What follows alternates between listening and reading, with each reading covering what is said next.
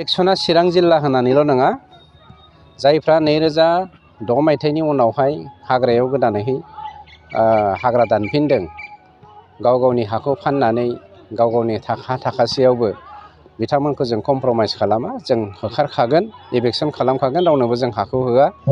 बावहाय सोरबाया पलिटिकेलि मा डायलग होयो मा डायलग होआ जों बेखौ खोनासङा।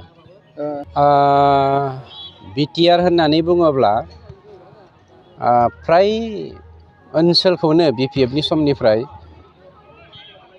हाग्रा दाननानै हाखौ दखल खालामबोखादों आरो दिनैनि दिनाव बिपिएफनि थुलुंगानायावनो जोंनि सरकारनि बेरेखायै मोनसे थुनजुलायनानै सरकारखौ माने इनस्टेबल खालामनायनि थांखिजों बिपिएफआ गावसोरनो हाग्रा दानगासिनो दङ।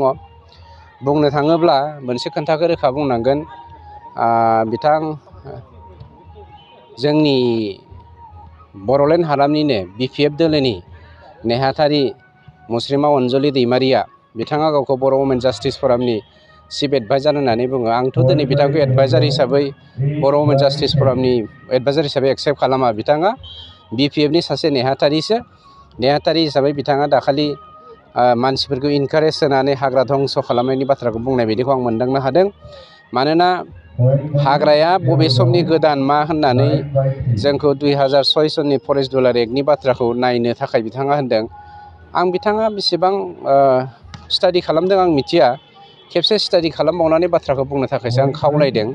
मानो होनोब्ला थांनाय बोसोरावसो उदालगुरि जिल्लायावहाय जोङो फरेस्ट डुवेलार एक्टनि क्लजखौ सोनारनानै फ्राय 800निख्रुइबो बांसिन मानसिनो जोङो फरेस्ट डुवेलार एक्टनि बिथोन बायदि एबा क्लज बायदियै जोङो लेन्ड सार्टिफिकेट टाइटेल होनाय जादोंमोन।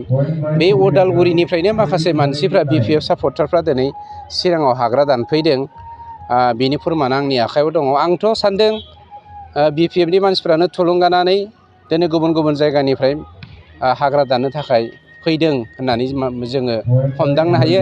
मानोना बिथांमोना बिपिएफनि दैदेनगिरिफ्रा इनक्लुडिं सेक्रेटारि अनजलि दैमारि इलेक्शननि उनावनो हाग्रायाव थांनानै मानसिखौ मोनसे इनकारेज हैनाया बे मोनसे फोरमान।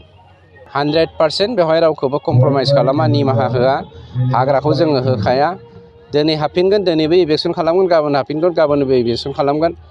जुदिहे हा गैथाराब्ला प्रमान पत्र होयोब्ला जोंहा रोजा रोजा हेक्टर हा दंखायो। बेवहाय जोङो फरेस्टखौ